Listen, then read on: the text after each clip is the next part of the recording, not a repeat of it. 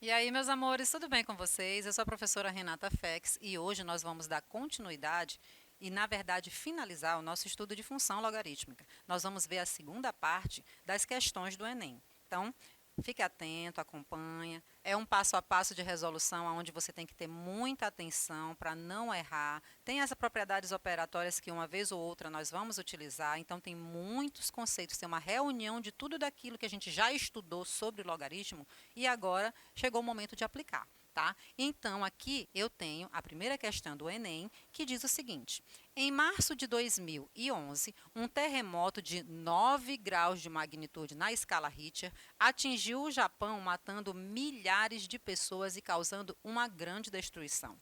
Em janeiro daquele ano, um terremoto de 7 graus na escala Richter atingiu a cidade de Santiago de Estero. Me perdoe, professora de espanhol, tá? Se eu não estou pronunciando da maneira correta, tem que pegar mais aulas ainda.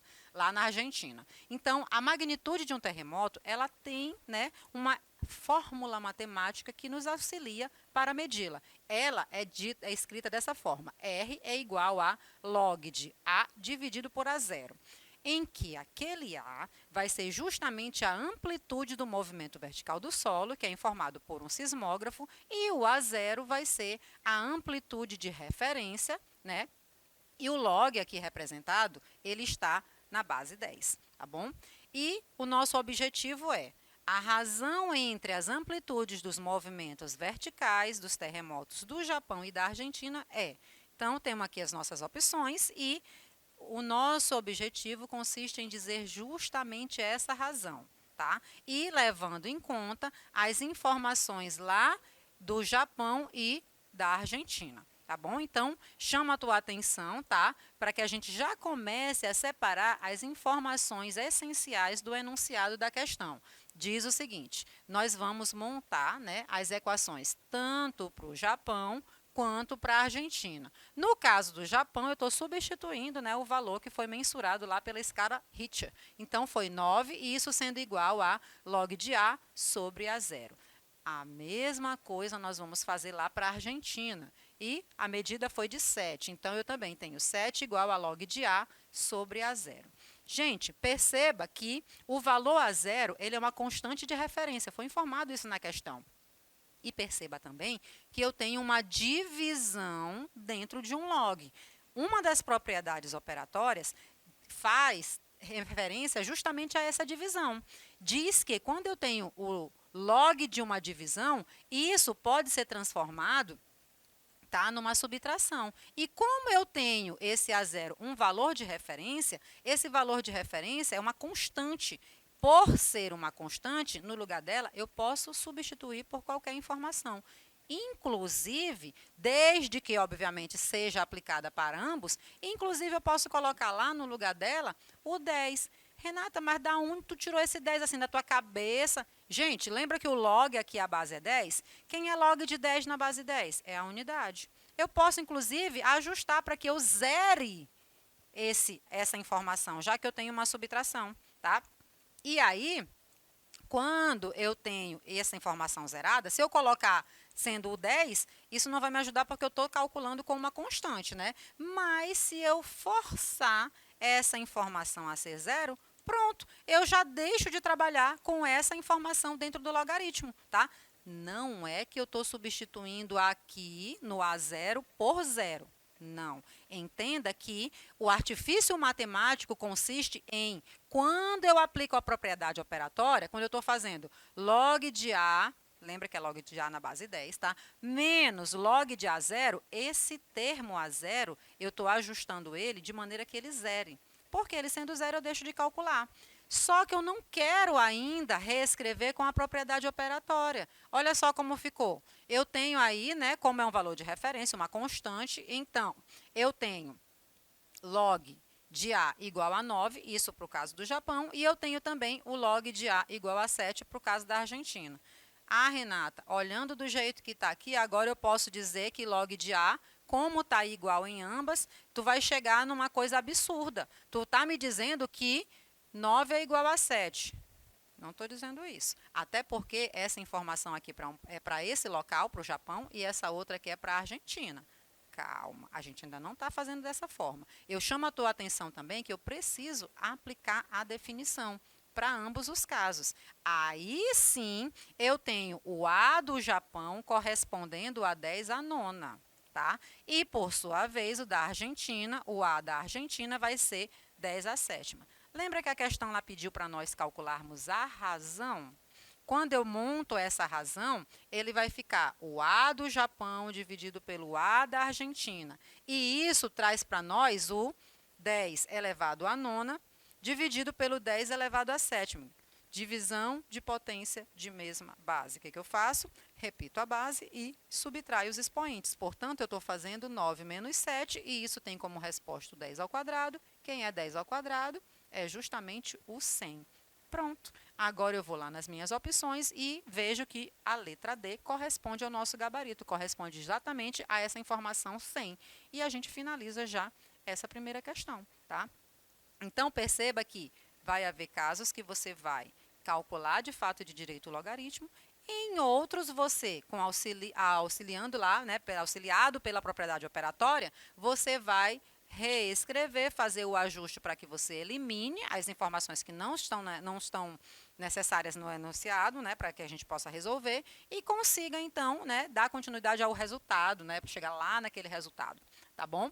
Então, passemos agora para a segunda questão. Lembra que aqui a gente está trabalhando só com questão do Enem, tá? E chama a tua atenção também que todos esses conceitos já foram trabalhados, tá? Tem aula aí gravada lá na tua disposição, lá na plataforma Gonçalves Dias no nosso canal do YouTube, nosso canal oficial, tá?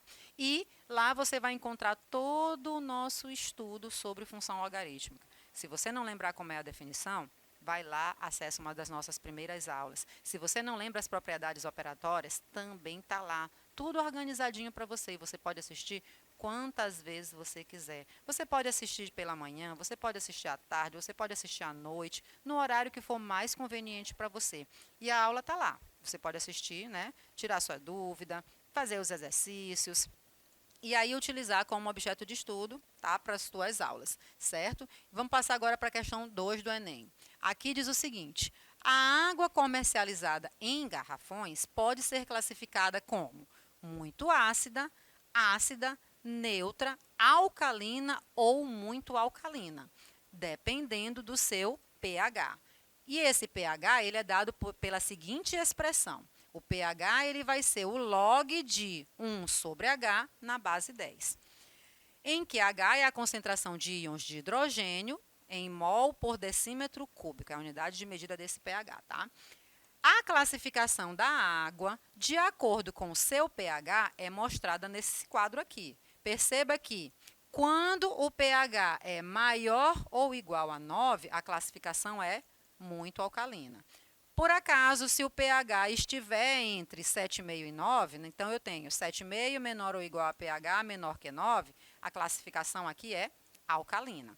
Por sua vez, se 6 menor ou igual a pH menor do que 7,5, a classificação é neutra. Se por acaso eu tiver 3,5 menor ou igual a pH menor do que 6, a classificação agora é ácida. E por fim, se o pH for menor do que 3,5, então a classificação dessa água é muito ácida, tá? E essa classificação ela é importante, chama atenção para isso, tá? Para o cálculo da concentração H, uma distribuidora mede 2 parâmetros, no caso aqui, A e B. Em cada fonte, adota o H como sendo o quociente de A por B. Em análise realizada em uma fonte, obteve A igual a 10 elevado a menos 7. E a água dessa fonte ela foi classificada como neutra.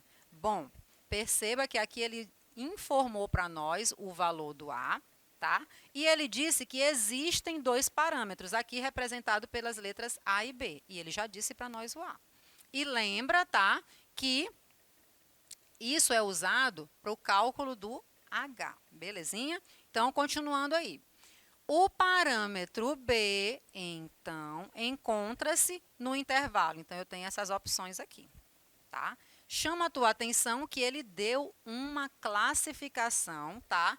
Para essa análise que foi feita. A classificação ela foi como neutra. Por que eu chamo a tua atenção isso? Porque lá na tabelinha, ó, a tabelinha anterior, essa classificação neutra, o pH está dentro do intervalo. Está dentro do intervalo entre 6 e 7,5. Então, isso aqui, ó, informação importantíssima. Eu não vou usar todos eles, eu vou usar somente aquele que corresponde à classificação que deu como neutra, tá bom? E aí, agora, o que eu vou fazer? Agora eu vou começar a coletar as informações, tá, da nossa questão. Ele disse lá que existia um quociente, não foi isso? Então, o H vai ser representado pela divisão de A por B, pelo quociente envolvendo A e B. Então, isso aí vai ser utilizado lá para substituir. Quem foi o valor de A que ele disse que era? Ele disse que era 10 elevado a menos 7. Já começo a substituir também, tá? Então, eu tenho o H sendo igual a 10 elevado a menos 7 sobre B. Mas lembra que o H está lá naquela fórmula, dentro do logaritmo? Então, tá? A classificação neutra, ela está compreendida nesse intervalo e esse pH, ele tem uma fórmula. Então, eu estou já substituindo. 6 menor ou igual a log de 1 sobre H na base 10, menor do que 7,5. Então, perceba que eu já vou começar a fazer a substituição. Ó. Bem aqui, tem o H no denominador. Isso vai ser substituído por 10 elevado a menos 7 dividido por B, tá? Então, ó, foi o que foi feito. Acabei de dizer isso para você.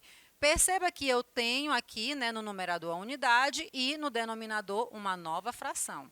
Gente, aqui nesse caso, eu já estou escrevendo, né, porque 1 sobre qualquer coisa é o inverso dela, não é assim? Então, se é o inverso, me permite trocar de posição, quem é numerador com denominador e vice-versa. Então, ó, o B que estava no denominador foi para o numerador e, por sua vez, quem era o numerador, no caso 10 elevado a menos 7, passou a ser denominador.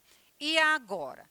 Agora, eu vou separar essa inequação, essa desigualdade, em dois momentos, uma parte e a outra parte. No caso, ó, 6 menor ou igual a log de B sobre 10 B sobre 10 elevado a menos 7 na base 10, isso aqui é uma parte, e a segunda parte vai ser justamente o log de B sobre 10 elevado a menos 7 na base 10 menor do que 7,5. Então, eu preciso, né, separar essas duas informações. Bom, a primeira, que eu acabei de mencionar para você, 6 menor que log de B sobre 10 elevado a menos 7 na base 10, tá? E a segunda, B, log de B sobre 10 elevado a menos 7 na base 10 menor do que 7,5. Como eu já tenho essas duas informações, agora eu vou resolver elas separadamente, tá bom? Acompanha aí. A primeira, o que é que eu faço com isso aqui agora? Gente, se 6 é menor do que esse logaritmo, significa dizer que esse logaritmo é maior ou igual a 6. Belezinha? Então, eu estou reescrevendo a desigualdade, mas mantendo o sentido dela, tá bom? Então, se 6 é menor ou igual ao logaritmo, é a mesma coisa que o logaritmo ser maior ou igual a 6. Belezinha? Ainda não comecei o meu procedimento de cálculo, eu só reescrevi mantendo o sentido. E agora, o que é que nós vamos fazer? Agora, a gente está aplicando a definição de logaritmo, tá? Perceba que eu estou pegando a base, que é 10, elevando a sexta potência e igualando, né, seria igual se tivesse uma igualdade, mas mantendo a desigualdade com o logaritmando. No caso, eu tenho que 10 elevado a sexta é maior ou igual a B sobre 10 elevado a menos 7. E agora, o que eu vou fazer? Produto dos meios igual a produto dos extremos. Então, esse B vai ser maior ou igual a 10 elevado a sexta vezes 10 elevado a menos 7. Multiplicação de potência de mesma base. O que a gente faz? Repete a base e somos expoentes. Eu tenho 6 menos 7, isso tem como resposta o menos 1. Então, eu já tenho aqui o menor valor que corresponde a B maior ou igual a 10 elevado a menos 1. Guarda isso, tá? Isso aqui é informação importantíssima, belezinha? Lembra que essa aqui foi apenas a primeira parte da inequação, tá faltando a segunda. Qual é a segunda? Log de B sobre 10 elevado a menos 7 na base 10, sendo menor do que 7,5. Aqui, novamente, eu estou aplicando a definição de logaritmo. Então, 10 elevado a 7,5 menor que b sobre 10 elevado a menos 7. Multiplicação em x, então, eu vou ter b menor que 10 elevado a 7,5 vezes 10 elevado a menos 7. Perceba que aqui, ó, propriedade da potenciação, multiplicação de potência de mesma base. Eu repito a base e somos expoentes. No caso, eu estou fazendo 7,5 menos 7. E isso tem como resposta para nós o menos meio. Perceba que agora ficou b menor do que 10 elevado a menos meio. Guardei essa outra informação. Aqui, né, chama a tua atenção porque você pode questionar. Renata, tu botou aqui menor valor, maior valor. E tem também uma parte da desigualdade que tem o igual, a outra não tem. Eu não estou entendendo as opções. E agora, como é que vai ficar? Gente, perceba que aqui, pelas opções que foram marcadas, aonde tem parênteses, o intervalo é aberto. Aonde tem essa outra representação, lembra que são 3? Parênteses, colchetes e chaves? Então, aqui é o colchetes. Nesse caso aqui, ele representa para nós intervalo fechado. E eu volto para a tela anterior para que você enxergue a presença, né, pelo registro aqui de uma outra forma. No caso, maior ou igual, intervalo fechado. Só menor, intervalo aberto. Ah, Renata, aqui tem maior ou igual. E se fosse menor ou igual? Continuaria fechado. Se fosse, aqui tem menor, se fosse só maior, continuaria aberto. Então, é a igualdade, né, que vai definir para nós se o intervalo é aberto ou fechado. E aí voltamos para as opções. Lá nós encontramos, né, 10 elevado a menos 1 e também, né, 10 elevado a menos meio. Perceba que aqui, ó, foi apenas um errinho, tá? Esse número é negativo, senão a gente fica sem gabarito, tá? Então, faz esse ajuste aí no teu material. Esse expoente aqui, ó, é 10 elevado a menos meio, tá bom? Então, as informações que nós achamos, b maior ou igual a 10 elevado a menos 1, isso para nós foi menor valor, e b menor que 10 elevado a menos 0,5, que foi o nosso maior valor. De todas as opções aí, ó, essa aqui está eliminada, aqui também, tá? Por quê? Por conta dos expoentes. O único que aparece, e eu repito, faz o ajuste aí, tá faltando só o sinal, tá, gente? Foi erro mesmo de digitação, tá bom? Mas não se preocupa que isso não vai interferir no nosso resultado, até porque na questão do Enem estava certo. Foi erro meu, tá? Desculpa por isso, tá bom? Então, essa aqui é a nossa informação correta no nosso gabarito, portanto, letra C. Tá bom, gente? Então, aqui eu chamo a tua atenção, tá? Para a próxima questão. Na próxima questão, eu acho que você já percebeu, né, que os enunciados, eles são extensos, eles são ricos em informações. A gente precisa de uma leitura criteriosa, minuciosa, com muito detalhe, tá? Para que a gente não se perca e acabe usando uma informação que não era aquela que a gente deveria usar.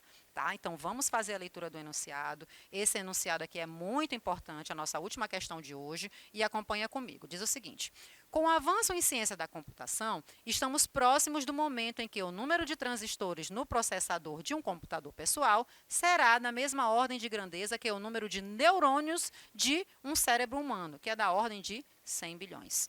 Uma das grandezas determinantes para o desempenho de um processador é a densidade de transistores, que é o número de transistores por centímetros quadrados. Lá em 86, uma empresa fabricava um processador contendo 100 mil transistores distribuídos em 0,25 centímetros quadrados por área. Desde então, o número de transistores por centímetro quadrado que se pode colocar em um processador dobra a cada 2 anos. Gente, olha o tamanho, 25 centímetros, né, 0,25 centímetros quadrados. É muito pequeno. Tá? Isso é para você ver o avanço, tá bom? Bom, considere 0,30 como aproximação para log de 2 na base 10. Então, aqui, ó, esse número é um pouquinho maior, tá? Mas ele já usou, pediu para que a gente usasse como um valor aproximado. Em que ano a empresa atingiu ou atingirá a densidade de 100 bilhões de transistores? Gente, aqui, ó, eu já tenho essa informação, então já chama a tua atenção que eu vou usar o 2 elevado a n. Isso aqui, ó, eu estou apenas reescrevendo e cancelando zeros para que permaneça na mesma igualdade. Ficou reduzido a 4 vezes 10 à quinta, vezes 2 elevado a n, sendo igual a 10 a 11. Aqui estou fazendo a divisão, tá, para reduzir. Essa subtração, né, de expoente ficou 10 à sexta. Bem nessa parte aqui, eu já estou aplicando o logaritmo, tá? E lembra do expoente? Ele vai passar a ser um fator na multiplicação. Lembra também que o log de 2 ele deu, tá? Então, eu já estou substituindo, o log de 10 é 1, 6 vezes 1 é 6. Esse 0,3 vai passar para lá dividindo, tá? Na verdade, desculpa, antes disso eu estou fazendo a multiplicação, tá? Então, eu tenho 0,6. 0,3n igual a 0,6, agora sim, ó, isso aqui vai passar para lá com sinal trocado, e por fim o 0,3, sim, vai aparecer na minha divisão. Como resposta aqui eu tenho n igual a 18, tá? Lembra que está duplicado, então eu preciso fazer a soma para encontrar o nosso gabarito. Tá bom, gente? Então, o nosso gabarito é a letra C. Foi um pouquinho mais acelerado por conta do nosso tempo, mas não perdemos em conteúdo e nem em explicação. Tá tudo explicadinho, dá um pause e volta de novo. Espero que você tenha compreendido e qualquer dúvida estamos à disposição. Beijo para você e até a próxima aula. Tchau, tchau!